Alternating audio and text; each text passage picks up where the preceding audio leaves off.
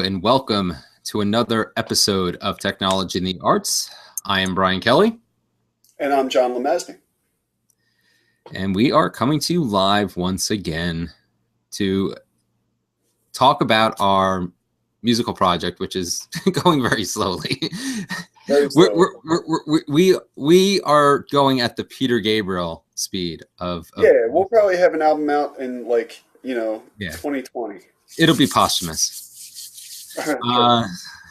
So anyway, Deadpool. We haven't gotten too far, but I do have a couple of ideas to share, kind of totally opposite ends of the spectrum. But the one thing I did put a little extra work into, including a lyric and a vocal idea that I have, I'm already in my head figuring out how to make that a little more electronic sounding.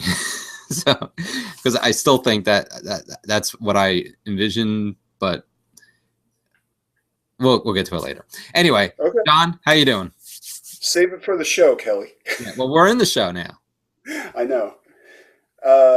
We're just using a little pre-show humor. Yes. I'm doing fine. How are you? I'm excellent, thank you. Yeah. How are you doing with your dishwashing? I knew you were going to ask that. Our dishwasher is functional again. Okay, I'm glad to hear it. I didn't get around to doing them earlier, as I said. I was recording that. Still washing dishes by hand. I like it. Well, I had, there's the stuff for the baby and the bottles and I mean that stuff I watch. So not having the dishwasher for all the other stuff meant that I had to do everything, and I'm trying to cut corners. The Simpsons my favorite Simpsons song of all time, "Cut Every Corner." What's that? I can't even remember the rest of it. But when they did the Mary Poppins parody episode. Since I gave up TV, that's one of the things that I just have not. I don't watch. I haven't seen a Simpsons episode in probably 3 years. I haven't watched them regularly. Every now and then I'll catch an episode. And actually, one of my favorite TV critics, Alan Sepinwall, he's actually defended The Simpsons a couple times lately, because he says in the last couple of seasons they've actually put out a few, episodes that are up there with the classics. So I haven't seen them. I trust them on it. What's funny is that this year, finally, they actually did a Halloween episode, not a Treehouse of Horror. They did a Treehouse of Horror too, but they did an episode that was set at Halloween, which they had never done before, because they always did the Treehouse of Horror episodes. That's odd. So they're still trying to find new things to do, but so that's going. But work is busy. Our new show is opening not next week, I guess. Opening night is 2 weeks from tomorrow, and that show is The Second Mrs. Wilson, written by Tony winner Joe DiPietro, starring Tony winner John Glover, who played Lionel Luthor in Smallville, and Lila Robbins, who has been seen in Homeland and Murder in the First. She also played Steve Martin's wife in Planes, Trains, and Automobiles. But are you allowed to mention the big? Yes, and also on November 19th we have 4-time Emmy winner Edie Falco coming to George Street Playhouse. Let's have a round of applause for Edie. She and Grant Shode, who you might know as Miles from Murphy Brown. Oh, wow. Are doing a reading of a new play by an Emmy winner himself, Matt Hoverman. He does a lot of stuff for Disney animated TV shows. He works on Sophia the First, and what's the other one? I can't remember, but he's done work with on Curious George and some other children's fare. So it's gonna be awesome. That's November 19th. It's a one night only thing. Tickets are $65, and if they're still around, there were some $120 limited VIP packages that get you into a post-show meet and greet with Edie Falco and Grant Shode, and I'm not sure if Matt Hoverman's going to be there. I would assume he would be, but because he's in New York. But I haven't heard that definitively. But he's close enough, certainly. Yeah. So yeah, it's exciting stuff happening, and I have a new boss, and I'm doing more media relations stuff. Actually, I coordinated a couple interviews with Joe DiPietro today, and the writer of The Second Mrs. Wilson. So it's as you disappear into a cloud of smoke. It's been busy, and I'm this close to getting my first playbill out the door that I was kind of in charge of, or at least what was that? What do you mean your first playbill? You mean like the program? You wrote the entire playbill? No, but just getting all the bios together and making sure the cast was happy with them, and so That's cool. I had to do all these, and this was something I'd never done, and so there were protocols in place that I had no idea. So it's like I had the bios together. I thought it was just going to be like, oh, here, let's do the proof, and then they can check it off on that. But no, apparently there was like a paper, a form that I had to put them in and give them to the stage manager, and then he had to distribute them and have the cast and crew sign off on them. So it was like this multi-step process that I had no idea, because I'd never done that part of it before. But since my new boss didn't start until Monday, there was a couple weeks where I had to kind of learn on the fly of how to get this push this playbill forward.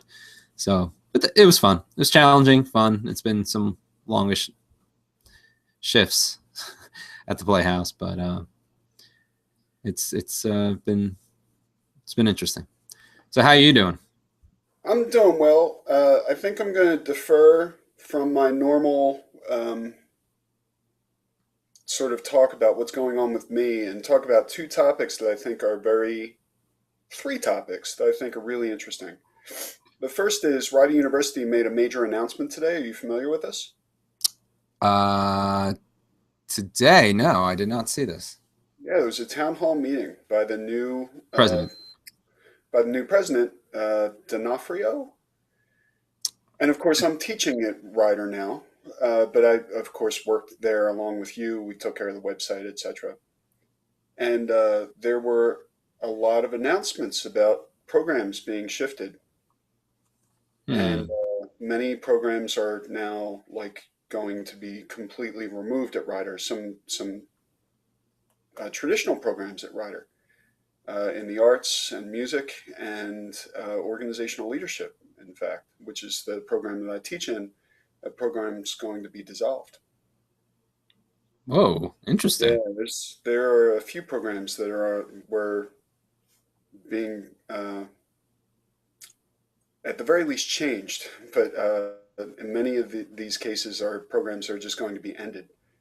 And I think it's the strong kind of cut that needed to be done. I mean, somebody needed to come in and say, this is craziness. What are we doing? And I think they have that. So I'm sad about the program, because my master's is in a program that will no longer exist at Rider, and that makes me really sad. But not to mention, I won't be able to teach in a program that doesn't exist. Yeah, wow. But they needed to refocus in at least this way, and I'm really glad that they're doing it. As sad as I am about the reality of it. So that's one thing.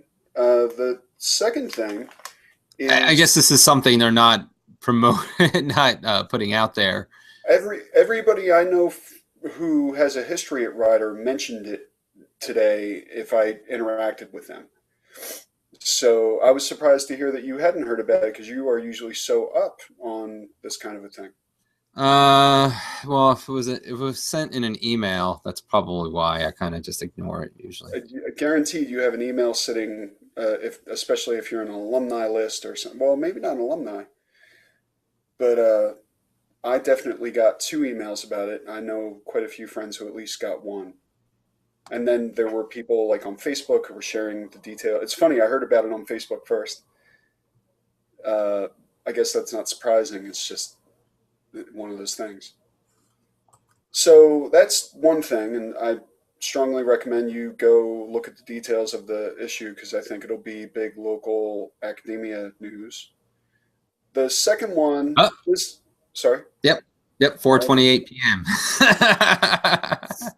The second one is a little bit about me. I wrote a post today that talks about policies in libraries. And I figure if somebody is listening to this podcast, they might be interested. But it was essentially about the idea that I had going into a library in New Jersey, a public library, that regardless of what the reason that I was meeting, that I would be allowed to meet in one of their meeting rooms.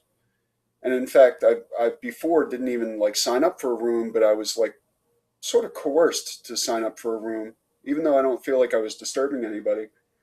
And this is not a reflection on all libraries. In fact, I think that this particular instance is about a problematic library, or at least a problematic policy that said essentially, if you are coming here in order to work on business, if it is a business transaction, you are not welcome.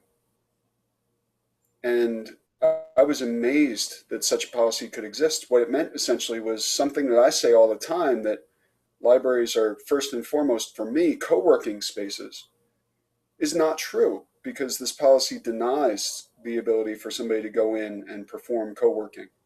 Or they can do it surreptitiously, as I have, but it's not allowed.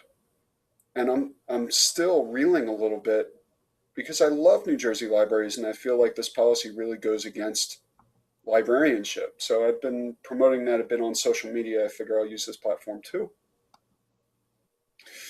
And third, I mean, and as we said before we started the show, I'm totally on board with your thoughts. I think it's ridiculous that you would get turned away when you're actually using the library. And the fact is, I was not turned away. I signed up many, many times and just broke the rule. But Right. I don't want to do that. I would rather them understand that their rule, quote unquote, is easy enough to circumvent, that they ought to consider including the people who go through the trouble to lie to them. You know what I mean? So that they don't have to lie, because it's not like we can't play the game, but why not make it something where I don't have to jump through hoops in order to play the game? Right. Because there are too many alternatives to libraries for libraries to be turning people away for any reason. Yep. I can go to McDonald's, get good coffee. There was no cafe in this particular library. Well, not good coffee, but coffee. And sit and enjoy high-speed Wi-Fi in the same way that's the entirety of the reason that I went to the library, was to go and enjoy Wi-Fi in a comfortable seat. I didn't even get a comfortable seat. So it's a concern for me, and I think I'm going to pay more attention to it. Policies in general that I run into in libraries, I think I need to alert people from a user's perspective of when I think it's just wrong, because I know of so many instances where it's right in libraries. Right. And the third thing is related to the new Star Wars movie that is going to be released on the 18th. Did we already talk about this? All right. December. December. What did I say? Well, you said just the 18th, but I just 18th of December. Because we still have November to go through. Yeah, tell me about it, brother. Yeah. So this is a theory about why Mark Hamill is not in the poster. Okay.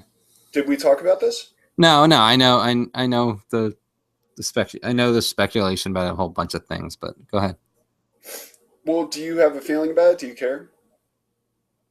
No, I was in the whole that that he was gonna start out as the character that we've been told is Kylo Ren, and then Adam Driver, who supposedly is playing Kylo Ren, would take up the mantle, and Luke Skywalker's character would meet his demise in some way. But Mark I Hamill, don't think it's Mark I don't Hamill think took it's exactly that. Mark Hamill took to social media and basically said, "I am not Kylo Ren." So I guess that's not. But I know that was one of the theories out there. So I think that Mark Hamill could say that and be truthful and still be Kylo Ren. And this is how, because what is Mark Hamill known for? Other than, Luke Skywalker. well, I mean, he's known for his animation work. Yeah, Voiceover how work. so specifically? He doesn't animate. Well, his voiceover work. His voiceover work. So imagine if he was really excited about his voiceover work, as I know that he is, and he wanted to take the success of what he did with the Joker, essentially gave this animated character will make distinctions about. They say when Mark Hamill plays the Joker, he does it in the most. I mean, I'm sure I've seen like a second or two of it, just flipping through channels, but I don't really know anything about it. But people adore the way that he voices this character. Mm-hmm. And part of what they adore about his take on it is that it's so sort of twisted and broken, and he plays an especially sort of crazed version of the Joker, apparently. And he takes it very, very seriously. He's really made a career out of this, out of voice acting, post Luke Skywalker, which I don't think that he had a lot of interest in. So what's interesting is he was on Dinner for Five. You remember Oh, yeah. John Favreau? Yeah, and I Did saw you ever this see too. that Yeah. episode? I saw what you're talking about. Yeah, where he suggested for the final for Return of the Jedi that he should be evil, and yeah. Yeah, and he was really disappointed that Lucas really didn't even consider it. But it didn't go with Lucas's story. So And also originally, Abrams, he actually even mentioned that he would have like this Asian look and yeah. like a ponytail, and then Hayden Christensen's Anakin Skywalker wound up with the same look. So imagine if Hamill becomes the James Earl Jones of the new Star Wars. So Because we never saw James Earl Jones, right? yeah, so he would be the voice of Kylo Ren.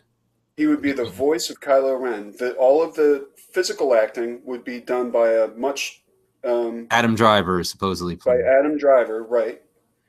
And in the same way that David Prowse, I think so, yeah. was the original actor who played Darth Vader, because the voice needs and the physical needs of that character were dramatic enough to require those two instances. Plus, you play into the idea that Anakin Skywalker and Darth Vader existed as two humans in that universe, in the same way that Luke Skywalker and Kylo Ren might exist as two instances of the same character in that universe. Interesting. So it's a continuation and a respect for the original series. It allows Mark Hamill to participate in a way that he might not have participated otherwise, because any one of those could have said, I don't care about the money. I don't want to be known as Princess Leia, or whatever. And I'm really surprised they got Carrie Fisher to do anything related to the movies. But I don't think that Mark Hamill was against it. I think he loves it. And I don't think any of them are really against it. Oh, have you never heard Carrie Fisher talk about Star Wars? I know, but when push comes to shove, I mean, I think she would have shoved George Lucas down a flight of stairs. Yeah, well, he's not involved. That's the thing. He's not in number one. But that's why. That's why I don't. George Lucas left, and a whole bunch of people said, "Oh, I'll consider it now." Yeah. So that's my Did you thought. I see think it's a the? very specific twist on the Luke Skywalker might be Kylo Ren theory, because from a acting perspective, um, I think that Mark Hamill feels like he's a better voice actor than he ever was a physical actor. Yeah. Well, he also does. He plays the trickster on the Flash, Uh-huh. which he did in the late '80s, early '90s. Whenever I don't remember when that ran, that one season, but he played the trickster back then, and now he's also in the new series of the Flash, where he is an older version of the trickster, and somebody new was coming along, so they were using him to try to catch the new trickster that was using the name. And then, of course, I think he became the trickster again. But yeah, so he does a good job with that too. It's kind of like, a Joker type role. So Well, so that's my theory. And by the way, did you see the latest trailer for Star Wars, which apparently is the last trailer? It's just going to be TV spots going forward. In the last trailer, you're talking about the main official trailer they recently released? Yes, the one that they released on Monday Night Football. Yep. They somebody put Jar Jar Binks in like every scene of the trailer. He's got to show up in the movie. I mean, they're not just going to no, there will not be Jar Jar Binks. But you don't think? No, J.J. Abrams will not put Jar Jar Binks in that movie. You find me a quote with that. I just trust him enough not to do that, because he knows Star Wars fans don't want that. He knows. But and there's also rumors that Hayden Christensen might make an appearance, and that would be awful. That would be horrible. I mean, actually, I would prefer Jar Jar Binks over Hayden Christensen. But it's pretty funny. What was the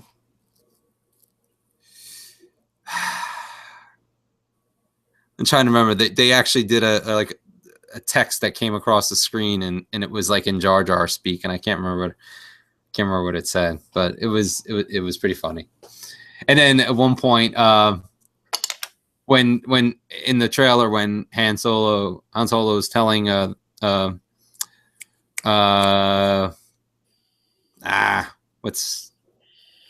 the new people? The new people. I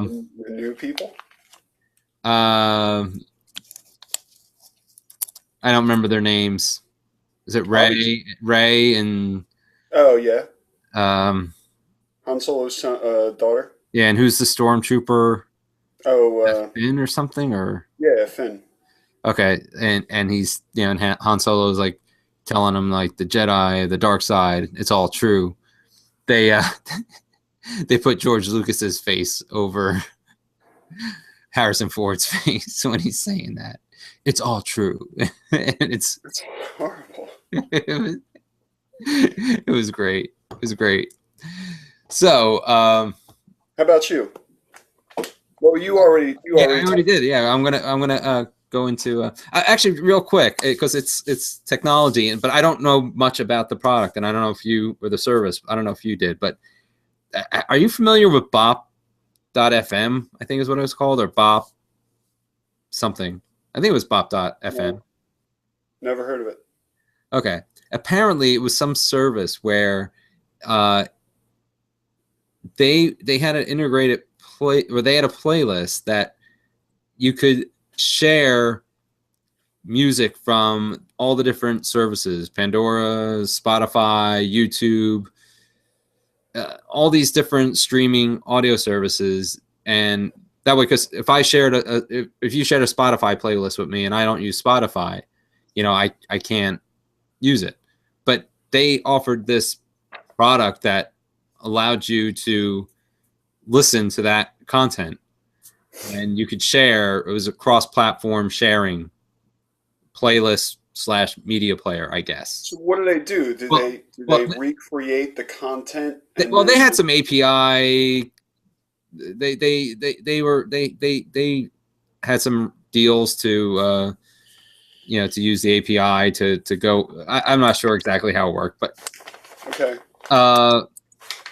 But what was interesting is one of my Twitter friends posted something about it, and I just thought it was odd, because here was this service that kind of aggregated all these streaming music services into one thing, and it was bought by LifeLock, the online security reputation management people. Are they even still in business? Yes, and they bought this service for, I guess, some of the customer preference things, like they mentioned like the customer DNA stuff that they do. And here it is. It's October 29th. They announced today that the service was shutting down on October 31st. It's like they gave their users 2 days notice. And I just thought that was terrible. Like, they're like, "Oh, we'll be sending you an email of how to download your playlist data." And it's like, wow. But what are you going to do with it? I don't understand. Like, specifically, nothing. Like, yeah, it's like, "Oh, here's your data. We don't need it anymore, and you're not going to use it." I like that they give you an opt out or take it with you, but yeah, it's not especially useful. And 2 days notice, I thought that was so mean-spirited to just, I don't feel Yahoo GeoCities, you had like 6 months notice. I don't feel like LifeLock has made a lot of good choices from a business perspective. No, they haven't. But I just thought that was odd. I thought it was a very weird move by a tech company. Yeah. So anyway, getting to the nitty gritty here. Bet you never thought you'd hear that on Technology and the Arts. I often wait for the phrase nitty gritty on this show. Yeah. I think we're gonna rebrand the show as the nitty and the gritty. So yeah. So anyway, we had discussed last time about getting 8-bar patterns together just to kind of like look at stems. I managed to put together one baseline that I was happy with. I mean, it was another one I actually worked on, but then when I listened to it again, I was like, eh. So I did the one baseline, and then I'm kind of obsessed with this lyric idea. I'm not going to get into details here, but I think John knows that to the dismay of many of my Facebook friends who honestly I could, whatever. But yeah, you don't want to denigrate your Facebook friends, man. Well, I don't know. Whatever. But I'm interested. I haven't looked in a while. What is your count on Facebook? What is your followership?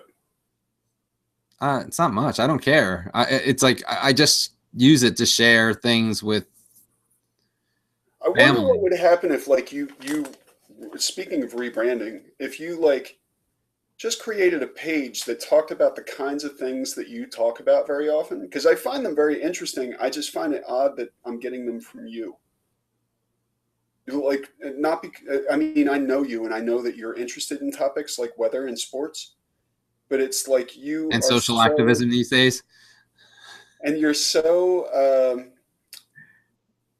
attentive in the way that you report these things that, like, I feel like you should have an official, like, a way to represent yourself that's not like Brian Kelley, but rather Central Jersey News and Sports, or whatever, like weather and sports. And like, because you have a unique. The Central Jersey meaningless info station. It's not meaningless though. It's news you can use. And like when I'm in the mood for that, that's all I want to see. And all I have to do is go see Brian. Well, And I I'm like, mean, oh yeah, temperature is 67. It's going to be rainy today. actually, I was a little, they said, oh, it's going to be warm. And I'm like, oh, well, when I get to New Brunswick today, I got there a little early. I'm like, I'm going to go on a run before it gets, too warm. And apparently that was like the warmest part of the day. Cause then all of a sudden, like the rest of the day, I went outside in the afternoon. I'm like without a coat, I had a windbreaker with me, but it's like, I just went across the street with a poster for the hotel across the street for the show and the Edie Falco appearance. And it was like the wind was like hitting the board. I had this poster board and it was hitting the board and like blowing me down the street, and it's like freezing. I'm like, See, you could have periscoped that, and that would have fit in beautifully with your. It would have been clip of the week. yeah, I haven't gone into periscoping. I just got into Instagram. Nope, So, me neither. I would need to have a. Uh-oh. You there? Uh-oh. Hey.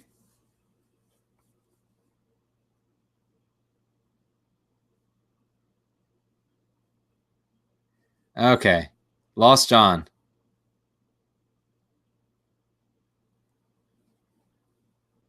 Let's give him a couple minutes.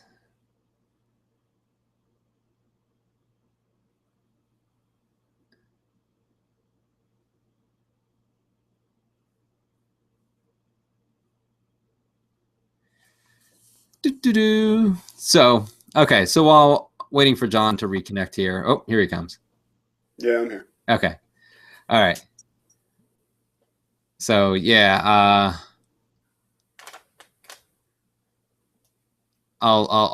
maybe I'll start periscoping. I don't know. So anyway, I don't know how we're gonna hear this, but all right. So here are let me get SoundCloud up, and then I'll do a screen share and.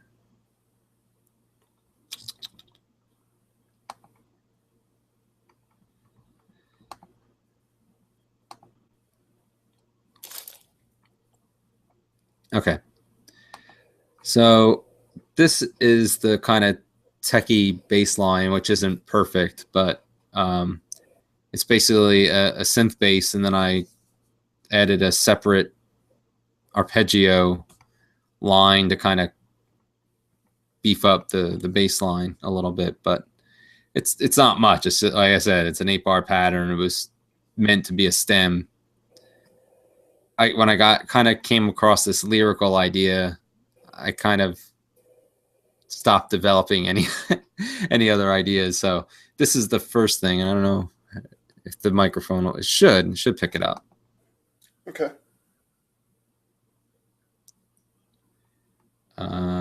Do I have audio turned down?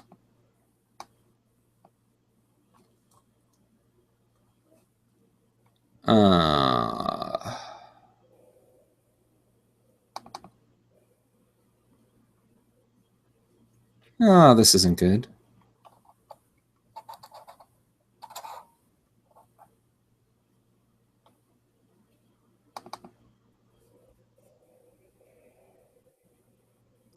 All right, let's try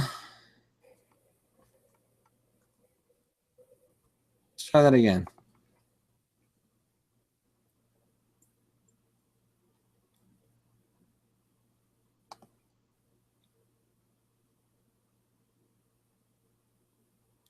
No sound. All right. Let me see. Let me go to. I was playing around with system preferences before because the microphone wasn't working. Let me.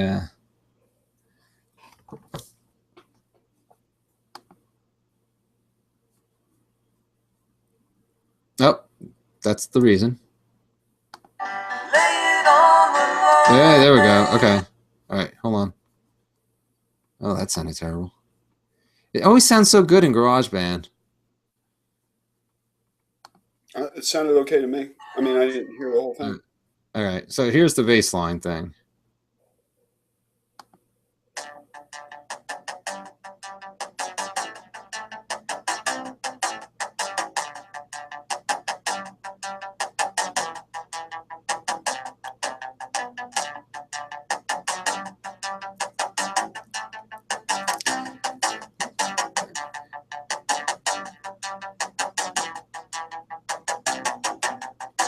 And actually, you know what's odd? You know, That when I started it's working, bouncy. yeah, when I started working on it, it I started almost. I wanted to almost come up with a techno version of the Barney Miller bass line. Do do do do do do do do do do do do. That's a great bass line. I love that It's bass one of line. the great bass lines ever of all time. It's that song is it makes me very mournful for TV theme tunes. So, but this is There's still the some good ones, but I'm generally not impressed. yeah. But Barney Miller, yeah, theme from SWAT. I love. Uh, Obviously Doctor Who. The like classic TV theme songs. There's just a lot of them are so good. And then once you got into the '80s, they started losing it. But all right. So anyway, backstory about this, and I mentioned it before, like the little, the little bit of social activism I do on Twitter, and which really just consists of retweeting and linking to stories about social injustice these days. And I'm not going to get into details about the one area that I'm really vested in right now. But it's kind of where I am very concerned about this issue. And I mentioned my Facebook friends, none of them seem to care or even maybe even oppose the very idea of questioning this topic, because the people that are the subject of my concern are supposed to be looked upon as untouchable, apparently, and which should never be the case. And so I kind of it's been gnawing at me that I may not be doing much with the retweeting and hashtagging, but there was an instance where recently where somebody had tweeted something, and it was a viewpoint that I took exception to, but I just pointed him to a story that kind of put in context why these people were protesting a certain issue. And he retweeted that and said, in the interest of presenting an opposing point of view, I wanted to share this. And I thought that was it was a dialogue. It was a very nice dialogue. He didn't just say, no, you're wrong, or yeah, that's just, liberal, BS. It seemed like he took the time and read the article and saw the other side, didn't agree with it still, but still saw enough of validity in the issue to share it and say, well, there is this other side to it.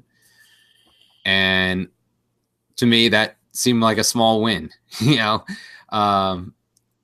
it may not be doing much, but at least I've stated where I stand on these certain issues. And So I have an interesting interjection here. Yes. In the middle of that, I dropped out and came back, and I have no idea who you're talking about. You dropped out again? Well, yeah. I mean, first it went and just showed your logo, and then it disconnected. I reconnected and came back into a conversation in which it sounded like you were talking about tweeting from your work account. No, no. Okay.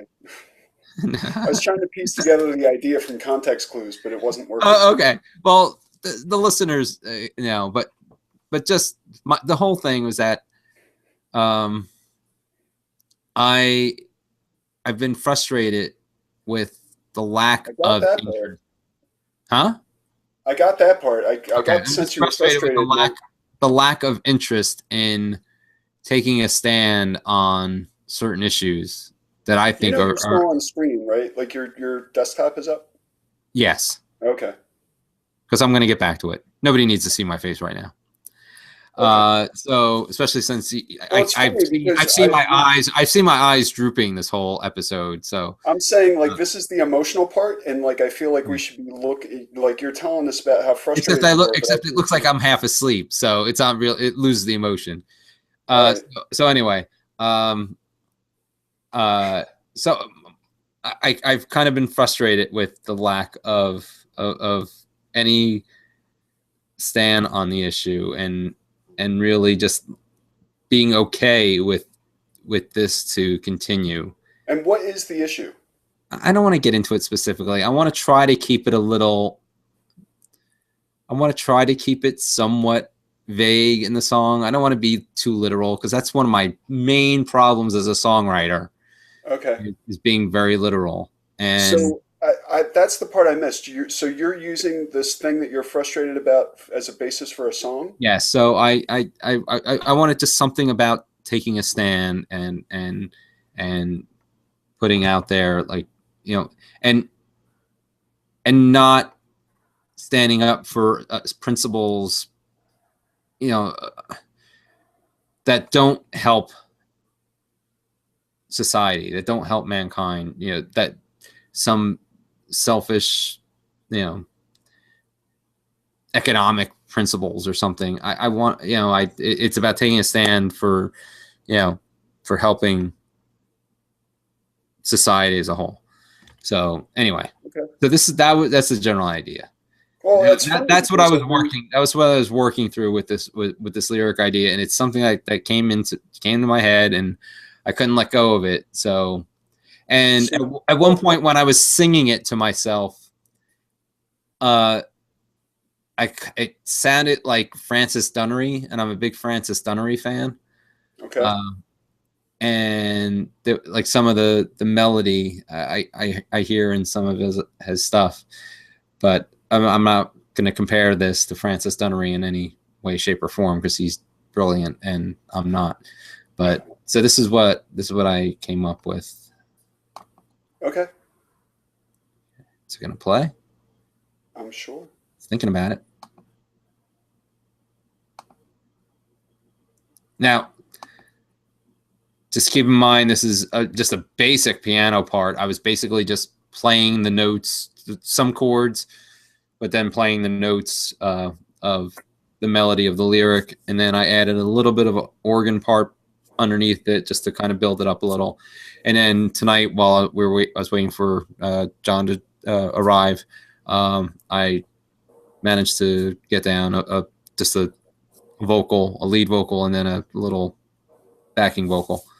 So it's far from any kind of completion. It's just a sketch. Oh, I put the drums in. I didn't mean to put the drums in. Brian, why don't you just play it? Yeah. Okay, hold. I'm trying to get it back to the beginning. I think we'll be okay without those seconds. If you don't take a stand, there we go. If you don't take a stand, fight all the battles of your fellow man. Apathy's weakness and silence a joke. How can you sit there when the system is broke? Time to win.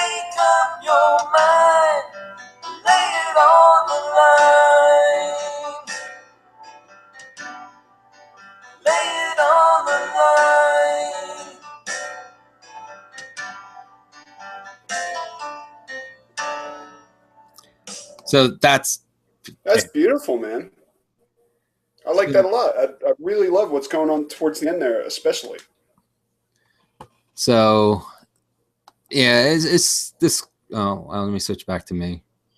Well, no, before you do that, actually, I, of course, don't have anything new to offer. What I was going to do, especially for today, was to take the ideas that I have already essentially put up.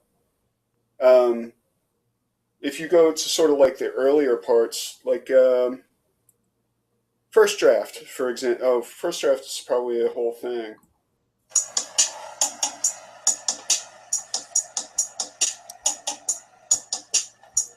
Take it away, wanna hear you play until the lights go down, down, down. That's what it sounds like to me.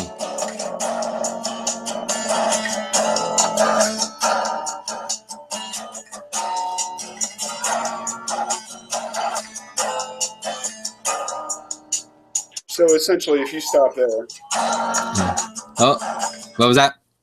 If you stop there, I mean, that was essentially the section I was going to do, sort of this steady strumming run through for 8 bars. So, without drums, sans drums, you get a good idea of what I'm going to try to finalize for my. The thing that's interesting is there's very little relation between your bass line and my piece, but it would be interesting to hear them together. So I can't wait to go in and play your bass line and see what happens on top of it with a guitar. Yeah, and like I said, there was something else that I was working on that was a little more groove oriented to kind of fit with what you had, but I just didn't get it right yet. Yeah, so. Regardless of that, if you produce that and you put it up, then I'll use that as long as you indicate in some way that I'm supposed to use that. But yeah, that could also just be a second sort of idea on top of what you're doing. It's not so much about the quality of the production, but more or less just the idea of tone. Yeah. By the way, so if all you're doing is like adding a little bit of flange or whatever, like that doesn't matter right now, right? We right. just want to get a bass line. Yep. And then a guitar part on top of it. And like later, after we've sort of worked out the idea of how the melody goes, then we worry about whether or not, you can hear a pin drop or whether there's reverb or any of that. Right. By the way, there's a new emerging artist right now named by Jack Garrett. He's from the UK, I believe, but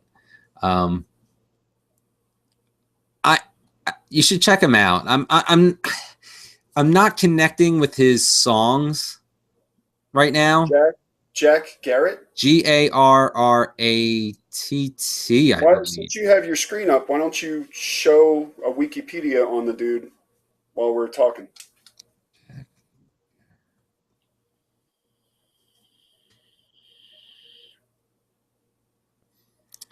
Wow. Yeah, let's. Oh.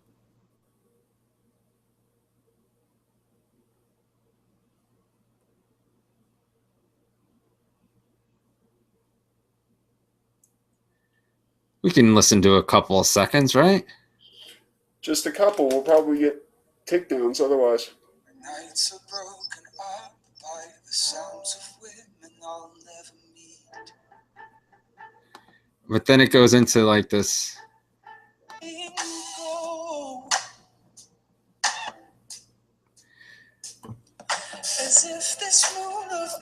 But the thing that's cool about him is that he does everything himself in the live environment.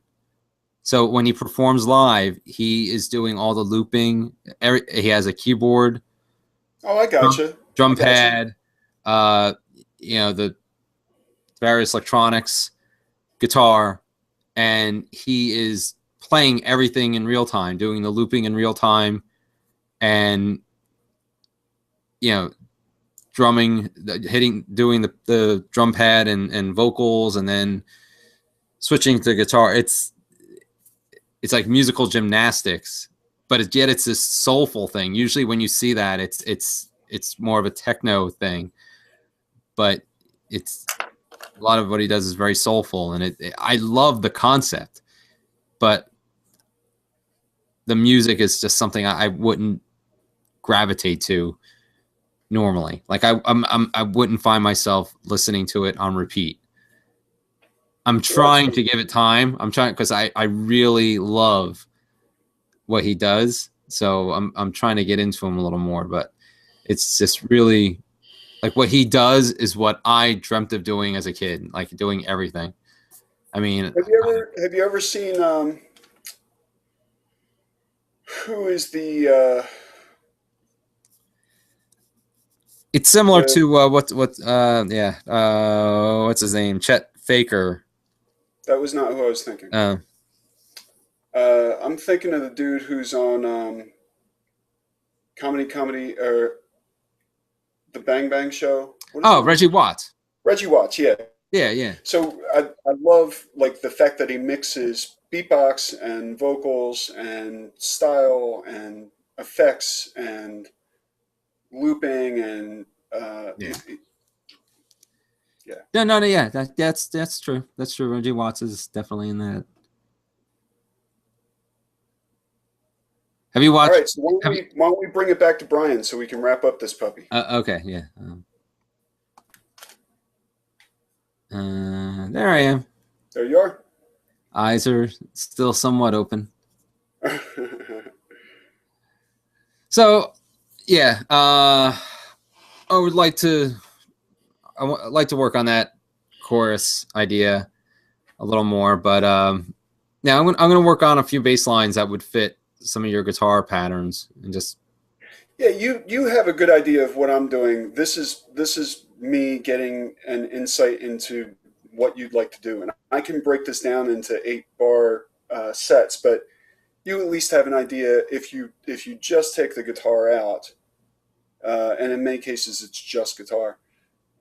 You can get an idea of what I'm trying to do, and what will be interesting is whether we can do it in one song if I follow the lead of your bass line and you follow the lead of my guitar, or whether it has to be 2 or more songs.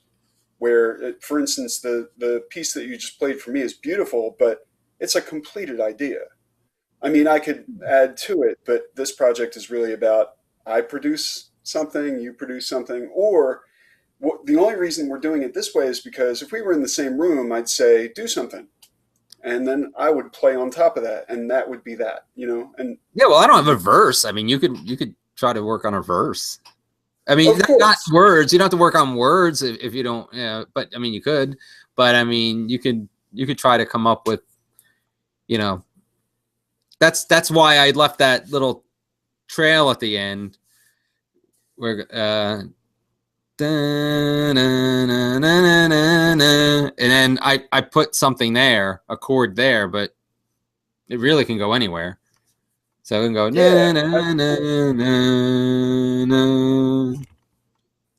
like you at said, one point I had this like kind of progressive rock thing. It was in my head like but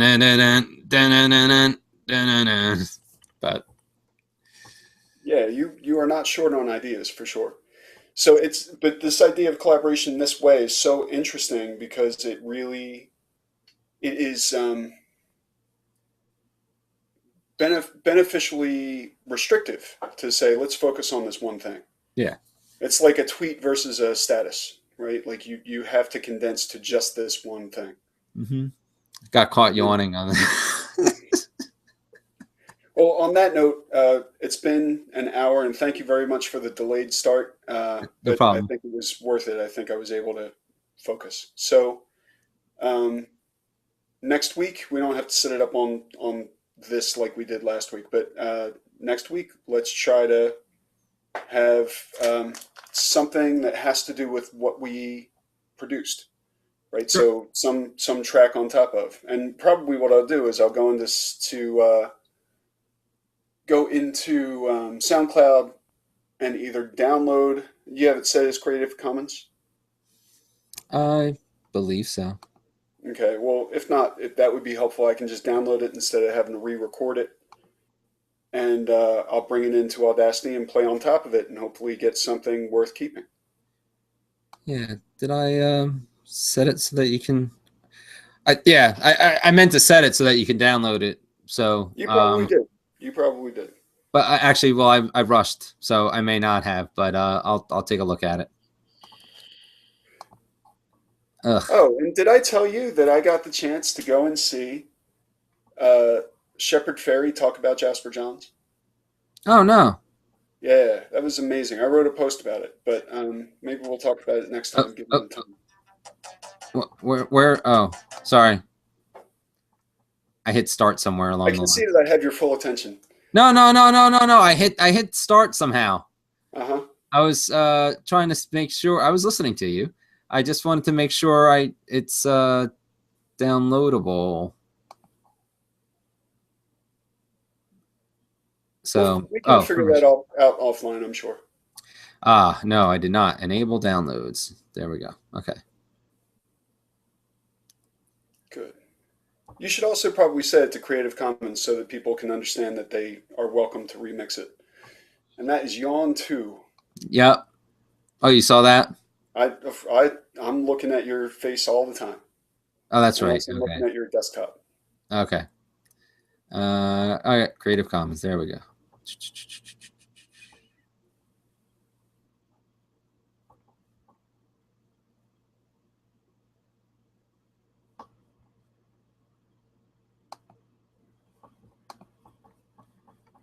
Okay. All right.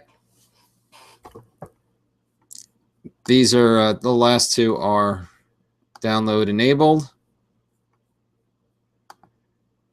Hey there.